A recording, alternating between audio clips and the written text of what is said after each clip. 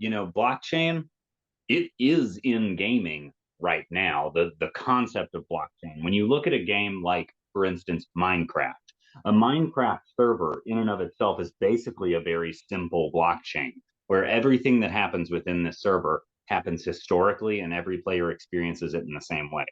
So in that regard, the bones of blockchain already exist in modern gaming.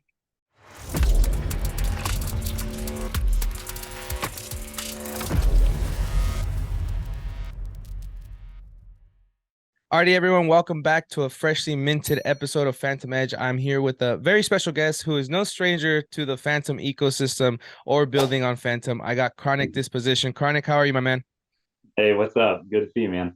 Yeah, thanks for sharing some time to be here with me today, man. And let's kick it off. I know we talked a little bit off camera about kind of breakdown of the show, but I really want to highlight because I know you guys just got first place in the Fantom Hackathon.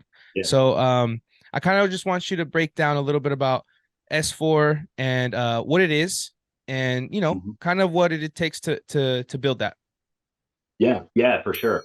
So S4 is really interesting because it came about as sort of an anti-burnout project for the team. Mm. We've been working really hard on some of the elements of our roadmap. And in a meeting, someone was kind of like, "Hey, what if we added another game?" Because PaintSwap had a game way back in our Dex days called Ross Studio, and it's a lot of fun. You painted a little picture, whatever, Yeah. and everyone was like, "Yeah, let's do it." And it's kind of like snowballed into this monster. But basically, the premise behind S4 Kingdom is it's an idle browser-based game. It's available web and mobile. Just like most idle play games, it's a task-based format. You get online, you queue your actions for the day, you claim your daily reward, so on and so forth. We've all played games similar to this. The idea behind S4 specifically was that it was a way to make an in-game economy for our native token brush and also allow players to earn that passively while doing something unique and fun that we really hadn't seen. We've created a pretty nice depth of the universe for this alpha release. There are some really cool little elements in the NFTs that you get whenever you craft your items. There's a different description in the metadata versus in the game. So there's a lot of little Easter eggs to find. Yeah. I've written a language for the game that Oh, wow. people can try and decipher as they play through the game. Yeah. So it's kind of just a fun fantasy romp that everybody can get together on and play at their leisure. Something to Yeah. get us to chill out a little bit in the DeFi ecosystem. I like the way you said that, to chill out a little bit from the DeFi system, the Yeah, DeFi space, because obviously high speed and PaintSwap is obviously a notable DApp as part of the Fantom ecosystem. You guys are obviously well known. I'm curious to know though. I know you mentioned you guys had a game. Was this a little pivot, or was it something that kind of evolved to something else? And it's like, okay, S4 is separate from the first game you guys had. yeah, definitely separate. We have had a couple of times come up in the past the concept of gamifying a couple of things in our general ecosystem of products. Yeah. For example, we've talked about like doing something with beardies. We have talked about doing a variety of little idle things whenever we released our first INFTs, which are capable of containing games. Yeah. So it's been an on and off topic of conversation for PaintSwap for quite a long time. And really, it kind of just came to a point where we were like, what's stopping us? We're fully self-funded. We run Mhm. entirely on our own bank, our own timeline, our own manpower. Yeah. So if we want to make a game, let's make a game. And that's basically how it came about. Yeah. And the Easy as team's that. really shown in this moment of Yeah. creating this game. You really don't understand who you work with until you see them completely shift to a brand new product and build it from the ground up. It's Yeah. really incredible. That's amazing. I love to hear that when teams are really close knit, tight, you get to work with people obviously that you enjoy working with. I want to emphasize, and it's a good transition to, you said obviously self-funded, right? Mm-hmm. No outside funding. Um, I want to emphasize, you guys won first place, Fantom Yeah, Hackathon. So there's yeah, funding on your end, right? Extra funding. I'm Definitely. curious, what's that going to be used for? Anything we could expect for S4 Kingdom with a little bit of capital injected like that? Well, we do have plans to expand S4. We want to bring in some elements that you might find in a more MMO style game, such as, group raids. We want to add a ranging component. We weren't able to squeeze that into the alpha. There are a handful of plans that we already have to enhance the game, make it a little bit more holistic of an experience. Yeah. Frankly, though, our winnings from Hackathon, those go to continue to fund our various you know virtual technologies that we have out there. We have a ton of web hosted stuff. We host Yeah. nodes, we host the site, now we host Estfor. So, what it does for PaintSwap is it serves to grant us further longevity to continue to expand upon whatever vision we may have, that we need to pursue at any given time. So Estfor, in that sense, it was always going places regardless of funding, just like PaintSwap. But Mm-hmm. now that we have that funding, it gives us a little bit of wiggle room to really play and to Yeah. really focus on some other elements in conjunction with S4 without having to worry so much about, like, all right, but what's really going to fund this continuing to be hosted? We've seen a lot over the past few months of projects. Well, I won't say a lot. We've seen a smattering of projects who, they self-host their NFT metadata, for instance, and then all of a sudden one day it's all gone because Yeah. their server went down. Well, the server guy isn't on the ecosystem anymore, and so, what do you, what are you Yeah. going to do? So these things happen, right? Mhm. But part of being the decentralized entity that we are is that, regardless of what happened with us or the team, if we were all in a plane crash, whatever, our Mhm. contracts continue to persist. Everything we have built is decentralized in that way. Yeah. However, with all this self-hosting that we do, that $10,000 will go a long way towards helping us Yeah. out. No, absolutely. I know exactly what you mean. Obviously, expenses add up. You can't Mm-hmm. function as a company with having some expenses to pay for. $10,000 comes in, use it, for different things. As you said, it's going to continue regardless of that funding. But it always helps to have a little bit of a lifeline, right? Hey, you can spend 10,000 more. It's fine. I know Juan, and the whole Phantom team is going to listen to this, so maybe they'll get a hint, Yeah, right? yeah. Now Y'all keep your ears open, Phantom. Let's go now. I'll make sure to relay that message, man. But a conversation that's always been of interest in the space is gaming and crypto, right?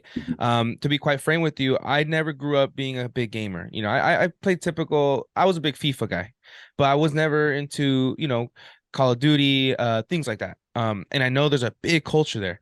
Can you talk a little bit about how gaming and Web3 kind of infuse each other? Are they complementary? How can it help either adoption or your perspective of usage of a use case with crypto? Specific, maybe NFTs and things like that. Yeah, I'll borrow some rhetoric from a friend of mine, E4 Echelon, about this.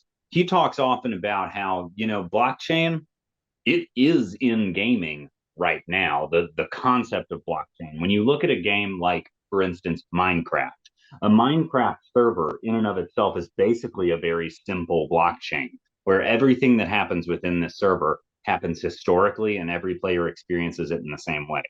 So in that regard, the bones of blockchain already exist in modern gaming, in browser-based gaming, especially.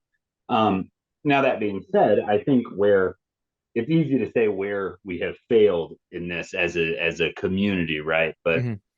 the palatability of these games has got to be higher, and the main issue there is, entry barriers. So one of the things that we did with Estfor that I think is beneficial for us, but can also be beneficial for the entire gaming as DeFi concept Yeah. is zero cost entry.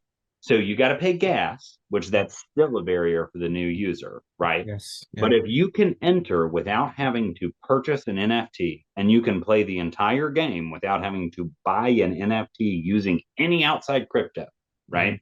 Say your buddy sends you one Phantom, you can play the game for a good amount of time on that one Phantom, you Yeah. know. that level of simplicity of game where you don't have the barrier of, okay, first you've got to go to PaintSwap, then you got to find this collection, then you got to buy this NFT, then you got to go to this website, like that.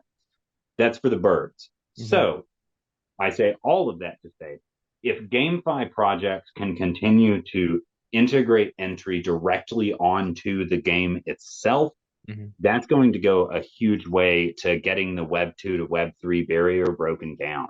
Yeah. Which is, we talk about that a lot in the GameFi community, Hmm. outside of PaintSwap, just the people I know that are into GameFi, that Web 2 to Web 3 barrier, that's the big stopping point right Yeah. now. So if we can get past that, say, for instance, a game that has enough passive income built into it that it's feeding back to itself, that it can spit gas out for a player when they first Hmm. open up, it's game over. You don't Yeah. even need you theoretically don't even need your own wallet to do that. You can Yeah. house people's wallets for them. Yeah. But I digress. The more that we can have um, a seamless experience for players, the Yeah. more that GameFi just becomes games. And once Mhm. GameFi just becomes games, then we're really in the money, and we're really integrating blockchain out there in the real world and putting in front of Joe Schmo and his Mhm. family of four. If we can get them on blockchain passively without any level of knowledge barrier, Yeah. we're in there. That's the future of GameFi. And I hope to see it by like late 2024, Mhm. 2025, as hard as everybody's innovating right now. Yeah, I mean, again, as I mentioned, I've never grew up being a big gamer, but I just have a feeling that gaming could be that gateway, like you said, for Joe Mm-hmm. Schmo. And you mentioned concepts like gas subsidies or even Yeah, account abstraction coming up, where even you don't need the native token for that blockchain to pay for gas, and you don't right, even need gas with the gas subsidies, like you said. So, super right. exciting stuff, man. Now, from a personal perspective, what are you bullish on for 2023 and the years beyond? I know you already mentioned GameFi, Ooh, being yeah. big. But what else are you bullish on? Can you talk about that? Yeah, I'm really loving FNFT as a medium for altcoins to have extreme utility. For example, you can take five of token X at whatever price it is, inject it into an FNFT, Mm, take that FNFT, vote with it, and earn off of it. I'm very bullish on this model. yeah, I won't drop any names. There are a bunch of them going around out there right now, so I don't want yeah. to make somebody mad. But you know the ones I'm talking about. And I love that, and I think that FNFT is an example of another thing that can really it can really appeal to your average user, though they don't realize it yet. Mm, Things such as international bank transfer can be done using an FNFT with zero international fees. These are the sorts of things that there are not solutions for in modern banking yeah. that blockchain solves. So, I mean, when we get to like a layer one, like Fantom, for instance, with little to no gas fees, easy on ramp from fiat, easy off ramp to fiat, Mhm. and FNFTs, you've got a recipe for a major success there. So to me, that the entire concept of the FNFT and the current scheme that they're kind of following with the voting power and the voting earnings with bribes, I'm really loving that. Mhm. FNFT is my big winner for 2023 heading into 2024. Well, there you have it. Chronic says FNFTs, bullish on FNFTs. So, Chronic, thank you so much for spending some time with me today, man. Yeah. I'm excited. It makes me happy, like you emphasized, the fact that the team is highly focused. I'm sure it's Mm-hmm. fun. I'm sure it's stressful at times, but building a game is not easy stuff. But No, it's that's not. No. that said, man, I appreciate the enthusiasm. I appreciate the knowledge that you just shared with me, and I look forward to staying in touch and obviously staying updated with S4, man. Yeah, absolutely. Anytime you want to chat, man, you call us up. All right. Thank you so much, Karnik. Until next time. Thanks, brother.